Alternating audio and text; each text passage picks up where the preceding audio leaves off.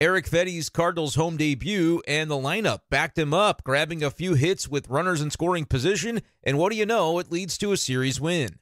What's going on, everyone, and welcome in to this edition of B-Schaeff Daily. Brenden Schaeffer here with you. Early morning hours of Thursday, August 8th, 2024. The Cardinals victorious on Wednesday night over the Tampa Bay Rays, 5-2 at Busch Stadium. And are the good times rolling again? Cardinals get the win in Erick Fedde's Busch Stadium home debut. Remember, he pitched last Friday at Wrigley Field as a Cardinal. His first game didn't go that well, gave up 5 runs in that second inning, couple of home runs. Comes to Busch tonight and had to kind of grind through this one as well, but was able to limit the damage and did not give up that big inning. The crooked number didn't happen against Erick Fedde tonight. 5 innings, 1 run allowed. Perhaps you'd like to see him go a little bit deeper, but with the efficiency issues he had in both the second and third innings, I just don't think more than 5 innings was going to happen from him tonight. He calmed down and was able to get him through 5, which was impressive. Just 18 pitches combined between innings number 4 and 5. Was able to settle things in and give the Cardinals a fighting chance to win. But more than the pitching performance from Fedde, and we'll talk about him and our impressions of him now that we've gotten a chance to see him up close. I was down at the ballpark tonight. But let's talk about the Cardinals offense a little bit, because although they were able to win Game 1 against Tampa on Tuesday, they did it without a hit with runners in scoring position. And on Monday, that was the game that I attended with my dad, talked about the $5 beers. Yeah, that game without $5 beers was very difficult to watch because the Cardinals over with runners in scoring position in that one as well in a 6-0 loss to the Mets. So to be able to turn the tide a little bit, we have said it's going to have to come from a collective group effort. The Cardinals are not just going to have 1 or 2 guys be able to carry this team. 1 or 2 areas of the roster are not going to be able to be enough to get the Cardinals over the hump. It's going to have to be a top-to-bottom ordeal. And tonight, the Cardinals had that top-to-bottom going with the lineup. Cardinals manager Ollie Marmol telling me that he liked the approach 1 through 9 tonight from the at-bats they took against a really tough pitcher. Chaz Bradley, the 23-year-old right-hander who throws upper 90s for the Tampa Bay Rays, has had really good numbers coming into this game on the season, has now bumped the ERA back above 3, though. He was like a 2.72 coming into Wednesday night. Now he's at 3.07 after the Cardinals ambushed him for 5 earned runs in 4 2/3 innings. They had 9 hits against him, reached base via walk 3 different times, and only struck out 3 times against the young power arm of the Rays. So really, this is a game to feel pretty good about if you're a Cardinals fan, and the fact that the win on Tuesday means that this is now a series win, and the Cardinals have a chance to go for the sweep on Thursday. Just like that, how are we feeling, Cardinals fans? I know that 2 wins doesn't change the entire tenor of a season, but the Cardinals able to kind of bounce back, it seems, in terms of the quality of their play on Wednesday night from what happened against the Cubs at Wrigley and from what happened against the Mets on Monday at Busch. 2 pretty well-played games in a row. Like, again, Cardinals got the win on Tuesday. We didn't really think that they were excellent in that game. They fortunately were able to get good pitching from Sonny Gray. They were able to get 2 home runs there in the second inning to pace things in that one, but the offense kind of went to sleep the rest of the way, and they had a close call a little bit in the 9th inning with Ryan Helsley. How about this? 1 day later, Ryan Helsley, he throws 25 pitches on Tuesday. Not a problem. He comes back out tonight and gets it done for the Cardinals. Did allow another couple of base runners, but recorded save number 36 on the season. And for as much as you might want to continue to ask, what about Ryan Helsley? Should we be concerned that he is kind of playing with his food at times, allowing base runners in some of these outings? 36 save, 39 opportunities, 2 of the 3 blown saves. He ended up as the winning pitcher for the game. The Cardinals have lost 1 time with Ryan Helsley protecting a save situation late in the game. It's just, he's been nails. 2.72 ERA on the season. Was able to get the job done tonight for the Cardinals. Whole bullpen really did a nice job of backing up Erick Fedde. You used all of the triumvirate +1. Remember, beginning of the season, the triumvirate was JoJo, Kittredge, Helsley. I think you can kind of add Fernandez to that list in the way that Ollie Marmol has been using him in recent weeks, and rightfully so. But tonight he did cough up an earned run in an inning of work. But no matter, he still has nice numbers on the season. JoJo does. Kittredge just barely above 3 ERA. He's the only one of the 4 that has that for the season. Everybody else is in the 2s. And then Helsley was able to get a couple of strikeouts in his 9th inning, even though had 2 runners on base. He was able to strand them as the Cardinals win it 5-2. Let me know, Cardinals fans, your impressions of what you saw on Wednesday night and how you're feeling about the Cardinals going into Game 3. Look, the Rays had sort of been hot coming in to this series. They were 57-54. Cardinals had a lesser record, actually, than Tampa. Cardinals came into the series at 57-56, so having played a couple of additional games, and now the Cardinals have surpassed Tampa, which doesn't really matter because they're in the American League. But the point I'm trying to make is that this is a solid Tampa Bay Rays team, even after they sell at the deadline. They've got some pieces that are capable. Dylan Carlson, by the way, started tonight for Tampa, had a base hit, also reached base via walk, so he was 1 for 3 and on base a couple of times. His numbers for the season are not very good, as we know. He spent a lot of that time with the Cardinals, but now up to a 205 average, and it looks like a 558 OPS. But in the short stint that he's had with Tampa, he's OPSing over 1,000. So remember that day that I bought all the Dylan Carlson stock? I'm not saying, I'm just saying. I think I could already cash it in for a little bit of a profit. I'm not going to do that, though. I think Dylan's going to turn into a very adequate, perfectly fine player for Tampa Bay, but his time with the Cardinals was through. It just, the trade is what was the best thing for everybody, and that's what happened. But let me know, kind of rambling a little bit, talking about tonight's game, but I feel like Cardinals fans can feel good about the way that this one went. We'll start with Erick Fedde. Actually, we'll start by telling you, subscribe to the channel if you enjoy Cardinals content. I think we're 20 subs away from getting to 4,000. Would really appreciate your subscription, as well as the sub on my fantasy football YouTube channel, which is closing in on 700, and I need to get it to 1,000. Somebody else that needs to get to 1,000, by the way, Bernie Miklasz now has a YouTube channel. Go to my recent posts. I linked it, but it's at The Bernie Show if you want to search it on YouTube. I don't get anything out of that, but Bernie has been really great to me and supportive of my work, and talks behind the scenes a little bit and encouraged Bernie, like, dude, you got to get yourself on YouTube because the people miss hearing your voice. He's a legendary voice in St. Louis media. So I put that post out because I know how hard it is to get a channel up to 1,000. With a name like Bernie, he's not going to have any problem at all. But it still is going to take a little bit of time, probably a couple more days, and he'll be there. But that's what has to happen for YouTube creators to be able to join the partner program. So check out Bernie, and my goodness, if you would be willing to check out my fantasy channel, I am going to put that in the description to this video if you'd give that a subscription. It's a race to 1,000 for that one. So let's go ahead now, though, and dive into Erick Fedde. What do we think about Erick Fedde on Wednesday night? It was very interesting to hear him talk about how one of the changes that happened about midway through the outing was Wilson Contreras. And look, the efficiency was night and day compared to 12-pitch first inning was good, but then I think it was 27 pitches in the second, 36 pitches for Fedde in that third inning.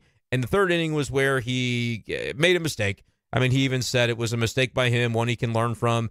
But luckily, it wasn't one that ended up spiraling on him and costing him another crooked number the way that his second inning in Chicago did back on Friday. He had a ball, first and third, nobody out, comebacker right to him, catcher running at third base, Alex Jackson, and he just never really even looked at him. Fedde spun and threw to second base to get the out there. I guess you're trying to start the double play in that spot, but that wasn't, something that was really going to be possible. The throw to first was not in time. And you can see the run because there was nobody out in the inning. That was in inning number 3. And that was really the only bona fide mistake Fedde made. And it wasn't even one that was, a mistake to a batter. It was a mistake in just fielding his position. And the way he explained it after the game was, they sent the runner. He kind of figured the catcher wouldn't be running. Catcher running from third base, it would be dead to rights. And so he kind of just sold it, assumed the sale a little bit and said I figured he wouldn't be running, and they were maybe trying to stay out of the double play, but the ball wasn't really hit sharply enough for him to get the double play necessarily. Bottom line, and he even said it was just a mistake.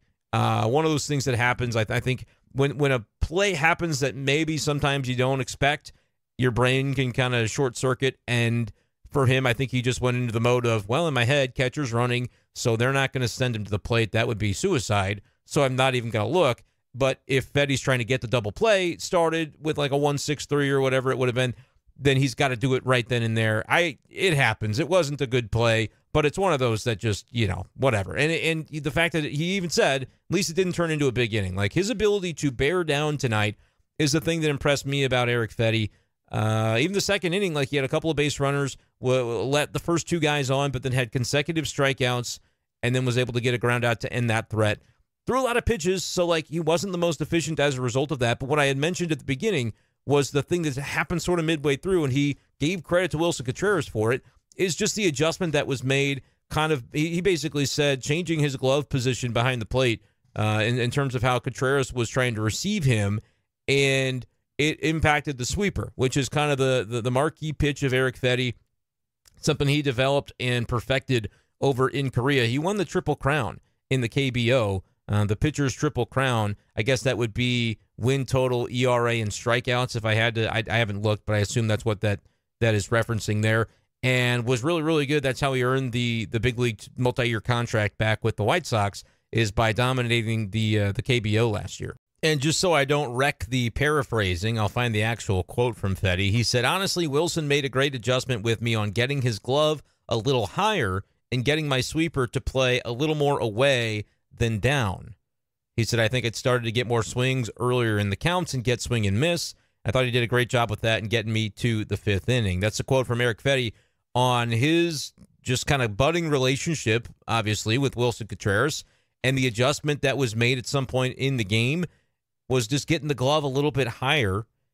And the way that sweeper pitch works, it's not like a traditional slider where there's more vertical drop to it. It's going to need to be more side to side to really have the impact on hitters. And so when Wilson is maybe not 100%, familiar with Erick Fedde's game, hasn't caught him beyond just now 2 starts, so they're kind of still finding their way with one another. And I think that sounds like an adjustment that happened mid-game where, all right, you bring the glove up, so now the shape of the pitch doesn't necessarily need to be that kind of fall off the table within the zone. It needs to really be more away to the batters. It would be, in that case, right-handed batters. The sweeper falls away from them rather than having to focus on getting it down. And that was just a glove position thing that made his sweeper was the target that he needed to see to get the sweeper to basically behave how he needs it to be effective. And so I thought that was interesting that you're talking about a new relationship between pitcher and catcher, and one that's going to continue to be a work in progress. And even within an outing, there was an adjustment made, and Fedde giving credit to Contreras for sort of being the guide on that of the Erick Fedde sweeper, which is a really strong pitch for him and was in the game tonight. Erick Fedde had 6 strikeouts in 5 innings. So for as much as we kind of think coming in, Erick Fedde, not a big strikeout guy, not a big swing and miss guy, he certainly demonstrated the ability to have swing and miss as part of his arsenal and use it when he needed it, right? To get out of jams is basically kind of the way that it seems like at least it's designed to go for Erick Fedde. It's all well and good if you can strike out a bunch of guys under any circumstances, but the time where you really need it is after you've maybe been a little more pitch to contact oriented, have allowed some base runners as a result of that, and now you have to buckle down and find your way out with maybe a few more strikeouts. And that's going to mean more pitches. And in the games where he's able to kind of sail through without those base runners, you're probably going to see a more efficient version of Erick Fedde, who's averaged darn near 6 innings per start this season. So he's been somebody that, 5 is sort of the anomaly when he's averaging, think I saw 5.98 is what they showed on the Bally Sports post-game show as they were doing his interviews. So I don't know. I feel like Erick Fedde, for as much as people were kind of freaking out about his start at Wrigley, I said, hey, you got to see it one more time. Let's watch him a little bit and see what this guy's about. And I thought he was pretty good tonight. I thought it was notable that for how maybe not good he felt or was or found a way to be in those early innings and kind of had to battle through it, to be able to come up with still a pretty good result feels notable to me. 5 innings, 1 run. Again, like if you're talking about a playoff start, and I got some comments already during the game on YouTube, people saying, oh, that's not an anchor for a playoff rotation. All right. If he has a game like that in the playoffs, I think you take that. 5 innings and 1 run allowed is going to get you to your bullpen as it did tonight. And yeah, you had to use Ryan Fernandez in the 6th inning, but then the triumvirate that followed, like that can be a winning recipe for the Cardinals in a game 2 of a wild card series. It genuinely can. Now, you might need Sonny to go 7 or 8 in that first game if you're going to win the series right then and there, because you don't want to necessarily be burning up all the same relievers 2 days in a row. But when it comes to October, if the Cardinals are so fortunate as to be in that position, they're going to be more than happy to say, yep, I'm available. It's time to pitch me again, coach. Ollie, manager man, guy. Yeah, that's just going to be the way that it works in October. And I think that can be a formula. Like you saw an example tonight of a game that Erick Fedde did not maybe have his 100% best stuff, was not perfect with command, had a couple of walks that he allowed in the 2nd and 3rd innings to sort of not spiral on him, because those ultimately only gave up 1 run. But when you combine a base knock with a walk, and now it's 2 guys on instead of just 1 guy to fret over, it can get more complicated. And yeah, he was able to kind of figure it out. He found a way through 6 strikeouts, just 6 base runners. He had 2 walks that I mentioned and 4 hits allowed. And then the 1 run was really just a result of a bad decision by him.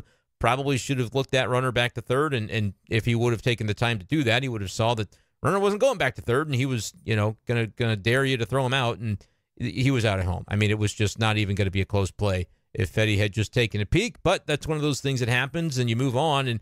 And fortunately, we're able to talk about it not as a moment that cost the Cardinals a win, right? One of those little things that we talk about.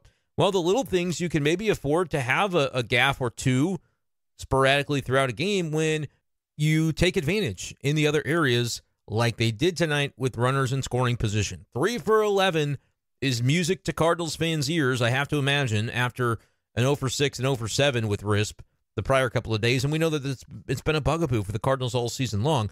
But tonight they figured it out. Wilson Contreras hit a rocket off of Taj Bradley that just, you get the favorable bounce. It bounces into the hole at second and into right field in order to plate Mason Wynn, who had a rocket to lead things off for the Cardinals in the first inning. So that's a run. And then Arenado had a double down the line that, not the hardest hit ball he's ever had come off the bat, but was placed properly and in a clutch moment because 2 runs were able to score.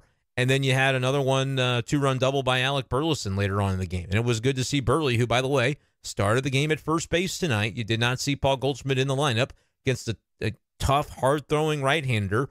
Obviously, Goldie plays pretty much every day, and you're in this stretch of games where the Cardinals have not had an off day, so makes sense if you're going to find him a spot somewhere to have it be this spot. But to see Alec Burleson play first base, there was one moment where Mason Wynn was not able to complete a play to Burleson. Wynn sort of had the ball bobble it a little bit on the original ground ball to him, and I don't think they ruled an error or anything on that. No, it was just a tough play to his right, was not able to corral it cleanly, and so when he tried to make the play, he fired it over there, and maybe Alec Burleson was having second thoughts about wanting to be a first baseman at the big league level for the Cardinals, knowing that Mason Wynn's the guy going to be throwing in the ball. I, of course, am teasing about that, but that's something that I've mentioned, like when Goldie's not over there, it's not going to be a knock necessarily on the guy that comes in next if he can't scoop literally everything, because that's just something that Paul Goldschmidt and not a lot of other first basemen do. I mean, they're good first basemen in the league, don't get me wrong. Paul Goldschmidt's one of the best, and that's one of the things that I think you sort of are able to be lulled into a sense of security and take for granted, watching Goldie do it for all these years in a row. And Goldie's been around for a while now in St. Louis, so kind of like, for the longest time, Albert Pujols was just automatic with those. And it was one of the things about his game that we probably took for granted a little bit in St. Louis. But Goldie is cat-like reflexes over there and does a really nice job. Burleson, though, was the starter at first base. We'll see if that ends up being maybe a trend a little bit more down the stretch. Like if Goldie, kind of continues to see some tough times and struggle, could that be something that, we see a little bit more of, especially when the matchup might not suit him? Velocity, Taj Bradley throws 97, 98, whatever it is. Right-hander, not the ideal matchup.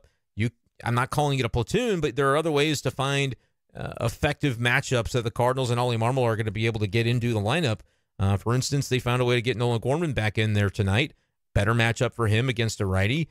He goes 1 for 3, also reached base via walk, had himself a double in this game, and scored a run. So, it's going to be matchup-oriented, and I think that's kind of what it has to be for the Cardinals to be able to get the most out of what they're trying to do here with this lineup. When you look up and down the order and you don't have anybody other than Contreras above an 800 OPS, he's at 847 after tonight, which, by the way, good to see Wilson be able to kind of pick it back up. We had mentioned a little bit that he was kind of going through it recently, and he's so consistent, and so you don't normally see him slump like that, but had a good night tonight, 2 for 4. Also the RBI hit that I mentioned there in the first inning to score Mason Wynn. So all's well that ends well, and you had some really nice performances up and down the lineup. Donovan was an over, Nootbaar was an over, but other than that, everybody reached base. Well, Victor Scott was an over. Okay, I lied. 3 overs, and then Carp was in the DH spot tonight. He went over 2, but he also did draw a couple of walks. And then I mentioned Gorman's line was on base a couple of times. Everybody else, 1 through 5 in the order was really contributing. Wynn goes 2 for 4, Burleson 2 for 4, Contreras, and also Arenado.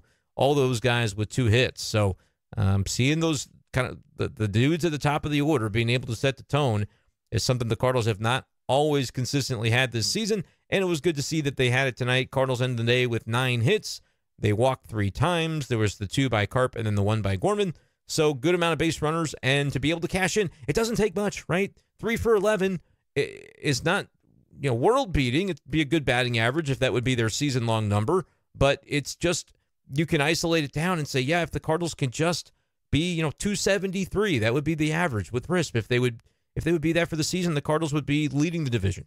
I almost have zero doubt in my mind that would be the case. Instead, they're kind of closer down to like 210, 220. I'll find the stat.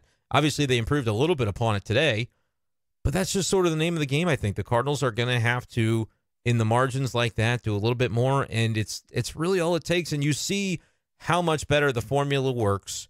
And it is kind of common sense, so, forgive me for kind of spelling it out this way, but how much better the formula can work for this Cardinals team when that element of the team is humming. And I would call 3 for 11 humming. That's all you need. Look, 273. If that was their season average, they'd be tied with the Milwaukee Brewers, rather, for 6th in baseball with batting average with runners in scoring position. Instead, they're at 231, which ranks 27th in the league. So they've still got a ways to go to get that number up.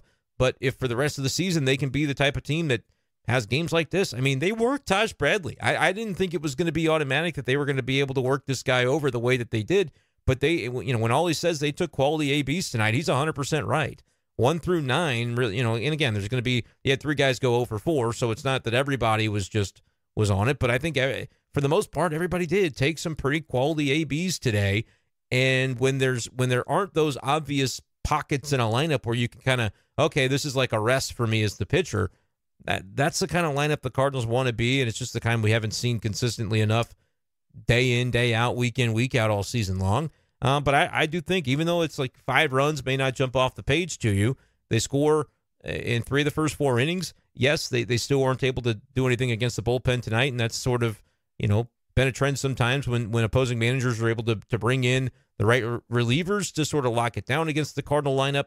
But again, they've had times earlier in the season where they've been sort of the comeback kids, and about all they've been able to do is come up with a good timely hit against relief pitching, and they've won games that way. But this feels like a very emblematic type of win that the Cardinals are going to need to have these types to move forward and be able to claw their way back into the playoff race. And speaking of that playoff race, we'll give you a standings update as the Brewers and the Braves had a compelling game tonight. Milwaukee ended up coming from behind a little bit to win that.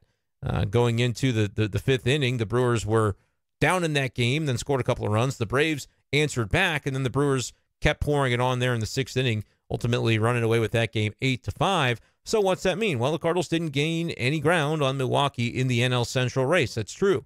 However, they did gain on the Atlanta Braves, and the Braves have now lost 4 in a row, and suddenly they're the team fixing to fall out of a wild card spot. And as I mentioned multiple times as the Cardinals were fading, I said it's only going to take one of those 3 teams, the Diamondbacks, the Padres, or the Braves, to fall out. And right now it is definitively looking like the Braves, who have just been ravaged by injury, both in their lineup and in their rotation. When we go down on the farm, we'll talk about how the AAA club of the Cardinals is actually playing the Braves AAA team right now. Michael Harris is on his way back, had a nice night for the Gwinnett Stripers, I believe it was. But that's something that the Braves are maybe not just going to be guaranteed to waltz into one of those wild card spots. They've lost 4 straight. D-backs and Padres have both won 4 straight and have both won 8 of their last 10. The Cardinals right now still trail those 2 teams by 4 games, but they trailed the Braves by 2. And they're still a game and a half behind the Mets, who are still someone the Cardinals are going to have to jump over top of. But, I mean, generally speaking, the Cardinals are still within striking distance of all 3 of these spots. So, I don't know. If you're a Cardinals fan right now, were you hoping to see the Brewers falter against the Braves, or do you kind of see that maybe the Braves spot could be ripe for the picking and you don't necessarily mind it? Like, the Cardinals still have a chance to take care of their business against the Milwaukee Brewers. They still have games left against Milwaukee. So it's, if you want to start to think about the division still being in play, that's just going to be common sense that you're going to have to take care of your business against the Brewers. If they're going to take their shot, it's going to be home games the 20th through the 22nd of August, and then they're going to Milwaukee September 2nd through 4th. So those are your shots right there. I'm just fine with it if I'm a Cardinals fan, seeing the Brewers beat up on the Braves a little bit right now. Like, would you maybe prefer to have the Brewers fall back to you? Sure, because you always would prefer to win the division over the wild card. But as I've reiterated a number of times, the third division winner, the division winner in the National League with the third best record out of the West, East, and Central, gets the same prize that these wild card teams get. The first wild card team is going to host a best 2 out of 3.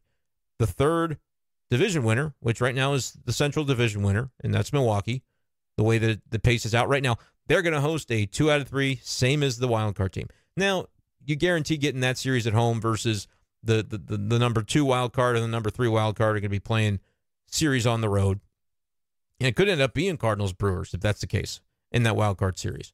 But the fact that all you do in terms of guarantee is earn yourself a chance to play a 2 out of 3, and then, decide where it gets played based on who the better record is or who the division winner is or who the top wild card is, that it's not that different to me. We saw the Cardinals not win a wild card series at home in 2022. So just being able to get in is the main thing. And I think at least having one of those wild card teams fall out and come back to the pack, it's not the worst thing in the world. But let me know, were you rooting for the Brewers or the Braves tonight? I think the right answer is to root for the Brewers to lose. But you know what? When it doesn't happen, you still can find the silver lining in that. I want to talk a little bit more specifically about Alec Burleson because he kind of talked post-game about, been going through it a little bit recently. Has not been feeling as strong and making the kind of quality contact and swings that he's capable of having at the plate. Tonight, though, he stung the ball. Hit into some rough luck in the first inning, hit one basically to the wall, out to the opposite way, and didn't have anything to show for it. But then ended up with the 2 RBI double later on that I mentioned, had another hit in the game. He was 2 for 4, and even it seemed like the outs he was having were quality outs. So Alec Burleson starting to find himself back. Was it because of Randy Orton, WWE superstar, throughout the first pitch tonight for the game? And evidently, for Alec Burleson, that was something of an exciting moment because, as he said afterwards, he couldn't imagine somebody else that he could possibly meet that he would be more starstruck to meet than it was the case when he met Randy Orton earlier tonight. I want to play a little bit of this audio for you from the postgame because I think it's kind of endearing, and you can hear how Alec Burleson felt about meeting his childhood idol, Randy Orton. I've said it to other guys, but I don't think I could meet anybody else and be as starstruck as I was with that guy. Yeah, he was. That was pretty cool. Did you take it? No. I don't know. Did you see the neck on it? No. You gonna start hitting the Randy Orton pose? Huh? You gonna start hitting the Randy Orton pose when you get on base? I might. I don't know if other guys kind of understand that, so they just stick to the little belt thing. But I might. I don't have the physique like him to show that off. So we might have to keep that one in the back pocket. What's gonna earn the belt? What are you gonna do? You'll find out. I think we can kind of guess. We didn't see one tonight, so. But we'll see how it plays out. Yeah, That's what it is. Yeah, it might be that. How many RKOs have you given and/or received in your life?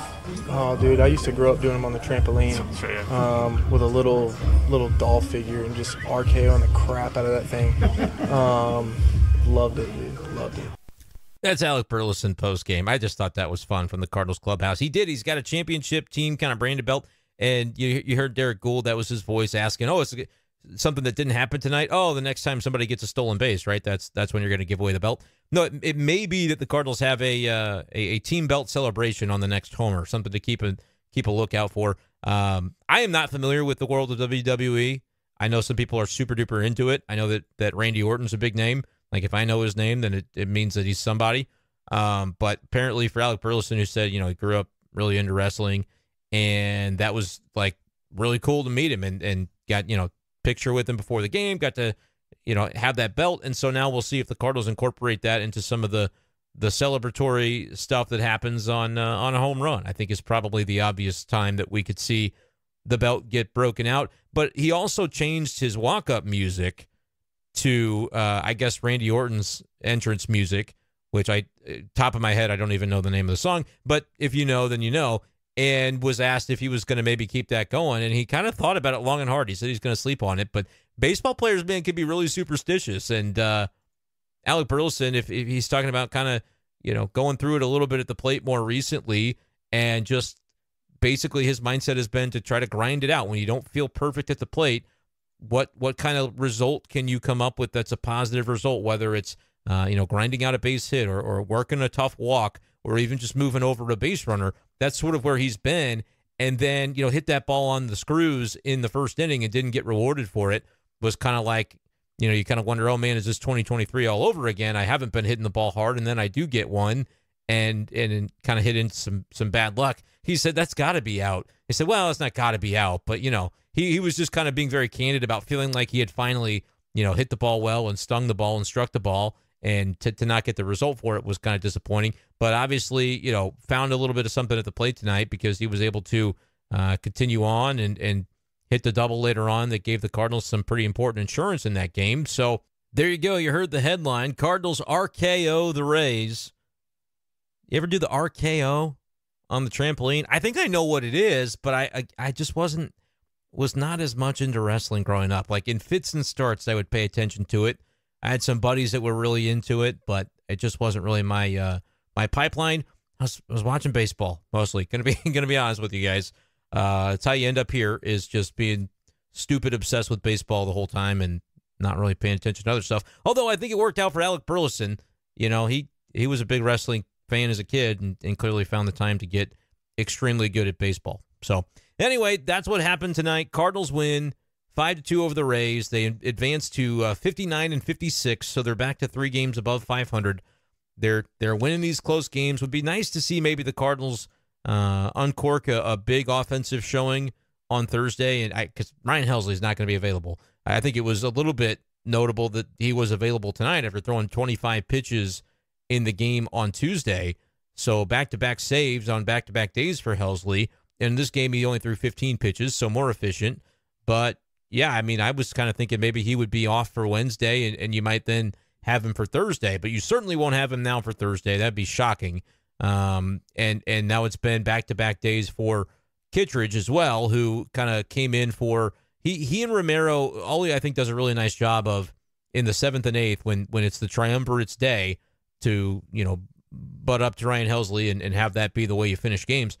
He's always going to go with the matchups. If the first guy can face a fourth batter, as Romero did, and get that first out in the 8th, then it's okay for Kittredge to come in only having to record a couple of outs, and you just get the most out of both guys. I feel like that way. Romero now up to 28. I was going to say saves. He's up to 28 holds on the season. Kittredge up to 29 holds on the season. JoJo did record 4 outs, but only 15 pitches. You figure you'll have him for Thursday if you need him. And then we'll see on Kittredge. It wouldn't shock me for him to be able to go a third day in a row, only throwing 11 pitches today. But it might end up being Fernandez, Romero, and then having to figure out everybody else is rested, right? Haven't used the other guys since Monday. So hopefully Cardinals can maybe get a nice little cushion in the game on Thursday. But going against another one of those hard-throwing, young, talented Tampa Bay Rays starters, Shane Baz. Is it Baz or Baz? I never know. And I got to tell you, this is not him. This picture that came up on Google for ESPN is not Shane Baz. I don't care how you say his name. The picture I'm looking at is not him. So I don't know what ESPN is doing. Yeah, this can't be him. Anyway, sorry for that little digression. It is Baz, according to his Baseball Reference page. And the nickname is Wizard of Baz, according to Baseball Reference as well. The more you know. And apparently it is not one of those nicknames for Shane Baz that is like, oh, I don't know how I ended up with that nickname. Like we've seen that Arenado's got one that I don't even think anybody calls him. But I don't know if it was All-Star Game or World Baseball Classic or one of those times that he was like asked, might have even been spring training or something, where it was one of those TikToks and was asked, like, is this really your nickname? Do people call you this? Sandblaster. That's on his Baseball Reference page. Nado, it makes sense. Sandblaster is apparently what they call Arenado. And he, like, when he was asked about that on a TikTok, he laughed about it and did not seem to think that that's one that he goes by too regularly. But Shane Baz, on the other hand, the reason I'm telling this long drawn out story, his Instagram handle is the Wizard of Baz. So I think in his case he actually is is leaning into the nickname. But anyway, good prospect, another one of those guys for the Rays that has dealt with some injuries over the course of his career. So we haven't really seen him fully unleashed yet. Just 25 innings at the big league level so far this year, and just 65 for his career. But is another one that's going to be tough to deal with. But the fact that they dealt with Taj Bradley today as well as they did is telling me that maybe they can just continue that approach against Shane Baz on Thursday. But let me know how you're feeling about the Cardinals, obviously, and let's go ahead and go down on the farm before we wrap this show up, because there were some interesting, notable things to happen throughout the Cardinals minor league system on Wednesday. It's time to go down on the farm. Brought to you by Hastings Layers Premium Eggs. You'll be happier than a jackass eating thistle. Huh? So we will start with the AAA Cardinals, the Memphis Redbirds, of course, as they end up winning on a walk-off tonight over the Gwinnett Stripers. 2-1, so low-scoring game, well-pitched game. Michael McGreevy, you won't believe this. 7 innings, 1 run. That part you might believe. He scattered 10 hits in those 7 innings. But that's 2 good outings in a row for McGreevy, dating back to his start for the big league club. That was just last week, right, against the Rangers. So this would have been his most recent start since then. And nice one by McGreevy down there in AAA. Again, I don't know how you throw 7 innings and give up 10 hits and don't give up any more than 1 run, but that's what he did. Didn't walk anybody. It's very encouraging. Michael McGreevy really might be working his way into the conversation a little bit here. I'd be curious about, of those 10 hits, what the contact was like against him, but clearly it couldn't have been too damaging with the fact that they weren't able to score. He got a couple of 3 double plays, it seems, in the game that was able to help him out in that regard. But yeah, man, I mean, impressive stuff working for McGreevy. I'm not going to knock it. I think he's definitely working his way into the conversation about organizational depth for the rotation, which is really where he was to begin 2023, and then we saw him stall out. And then I think getting the opportunity against Texas last week and showing, hey, I can hack it at the big league level if you give me a shot. And then, following that up with a 7-inning outing, there's value in the Cardinal organization to eating innings. I know it might not be the sexiest thing in the world in other orgs, but the Cardinals, I think, still carry and place some value on that. Granted, you can't eat innings and, go 7 but give up 5 runs every time, but 7 innings, 1 run, almost no matter how you slice it, that's an impressive one. Riley O'Brien, another scoreless appearance for Memphis tonight. He pitched the 8th, gave up a hit, but had a strikeout and did not allow a run. And the win ends up going to Nick Robertson, who has certainly struggled for Memphis this year. Allowed 3 base runners, but did not give up a run.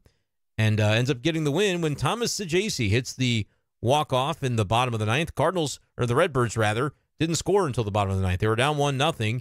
Had to go to the last of the 9th inning to find a way to claw back into this thing.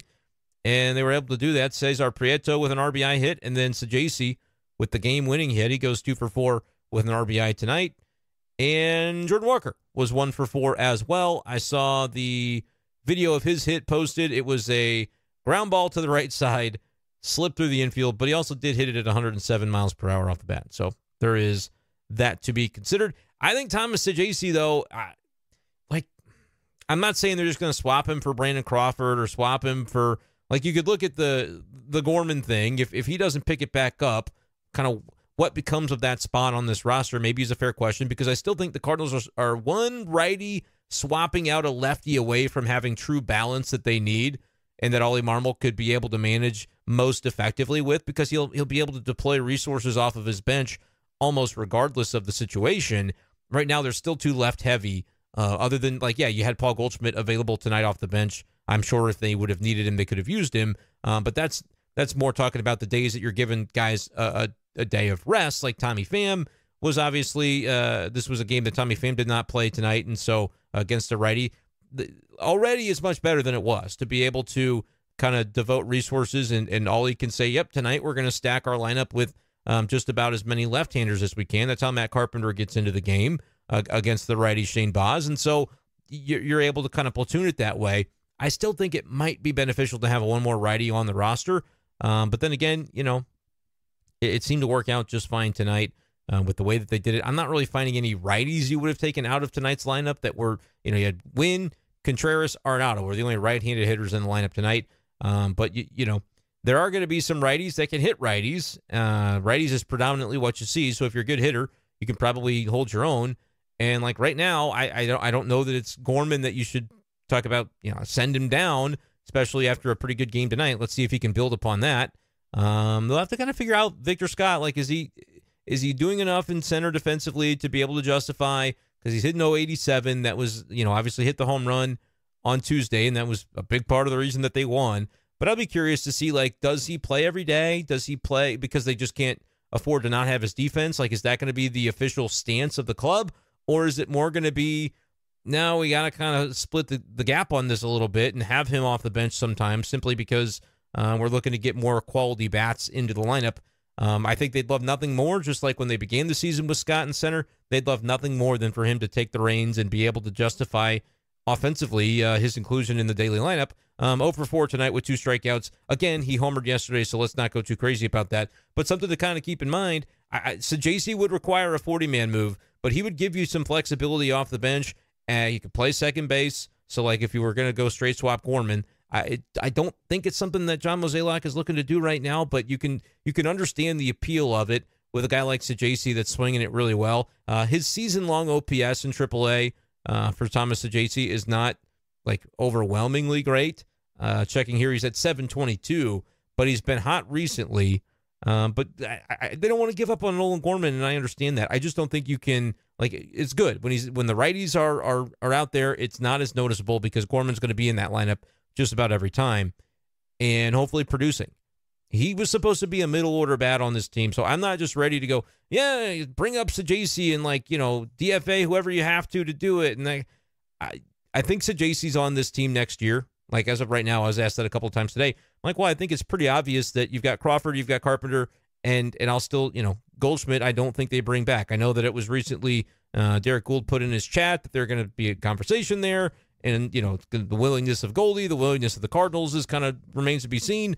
I think that's the, you know, that's the official way that it's going to go, but I also think that it could, barring Goldie, you know, over the next 7 weeks, really coming around and us seeing something different out of him than what we've seen this year, I think it'd be a natural parting of ways, time to do that. And Goldie's, I think, is going to have some suitors. He's going to have some various options, but I don't think I would necessarily be stumping to bring him back, even on, like, the Adam Wainwright contract that he originally had after, you know, he had the long contract extension. He kept being injured every year with that.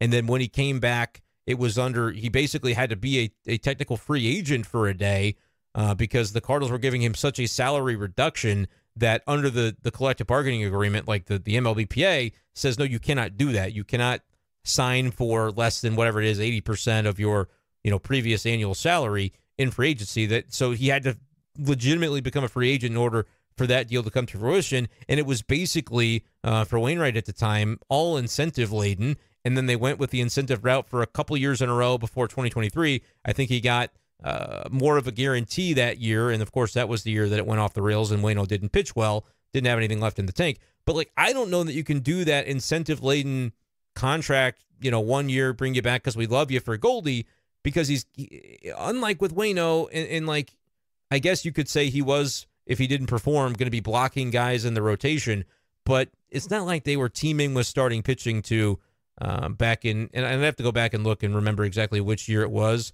for Wainwright. I want to say 2019, or it might have even been the COVID year of 2020, where, no, it was 19, where 18 happened and he came back a little bit toward the end of the year and was fine. And then I think it was 19 where they basically gave him an incentive contract and he started 31 games. Like, they weren't going to do a ton better than Adam Wainwright in 31 games that year in the rotation. And then, of course, COVID year 2020, he was their best starter and had, you know, good years after that up until 2023, which is when it kind of just flamed out for him. I'm pulling up the salary stuff. Yeah, that was the first year he was making 19 and a half, like 5-6 years in a row. And then $2 million was the base salary in 19, but he ended up making $8 million because he got all the performance bonuses.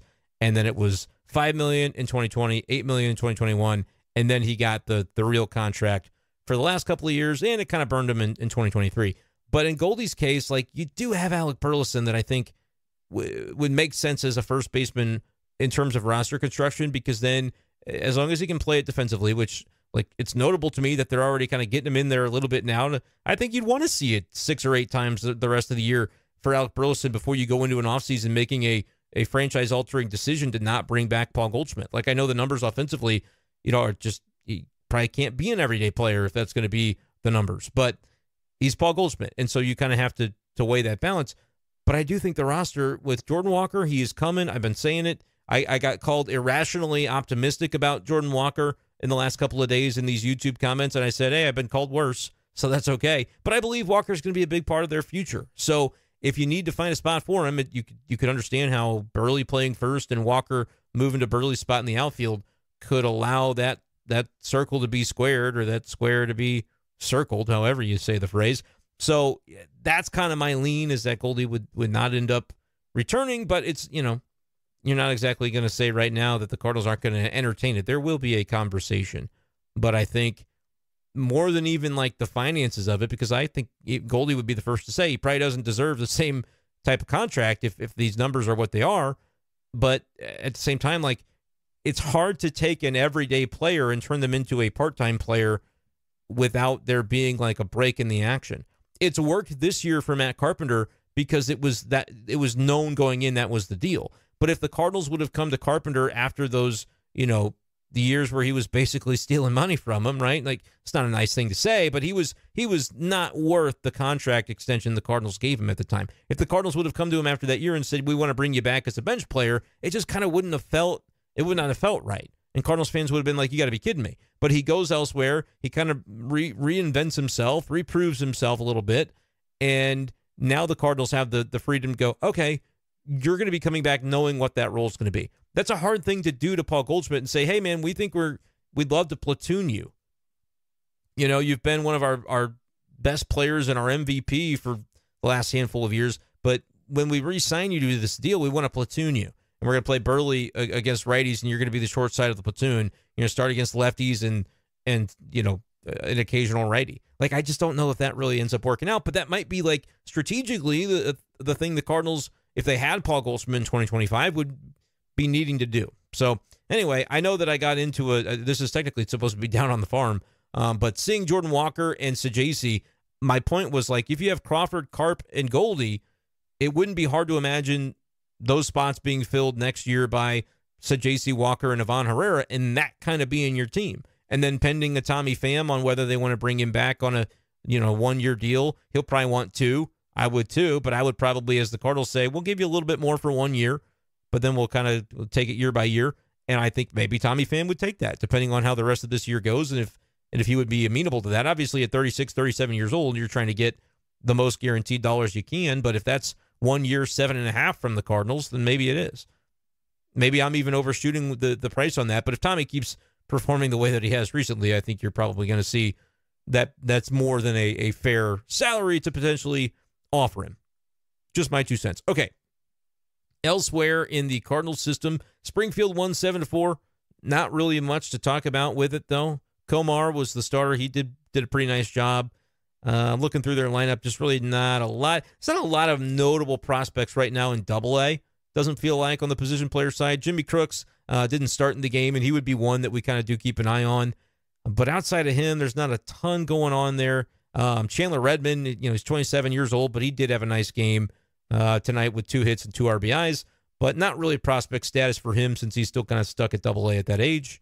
But we will take you down to Palm Beach before we get out of here, because J.J. Weatherholt had a momentous occasion for his pro career. His first professional home run comes tonight down in Dunedin, Florida, as the Palm Beach Cardinals defeated the Dunedin Blue Jays 7-6. Weatherholt goes 1 for 3, couple of runs scored, had a walk, but the home run was the big story. I believe he hit it to the opposite way as well. So has been playing shortstop down there. OPS is over 1,000 at 1066.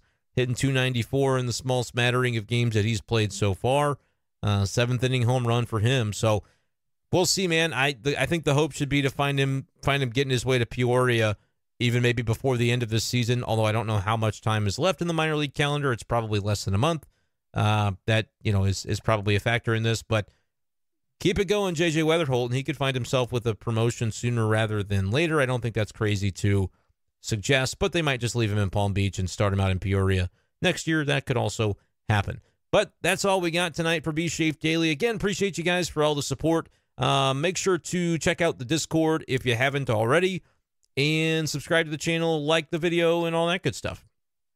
All right, I'm sleepy, gonna go to bed. Appreciate you guys as always, and we'll talk to you next time on B-Schaeff Daily. Peace.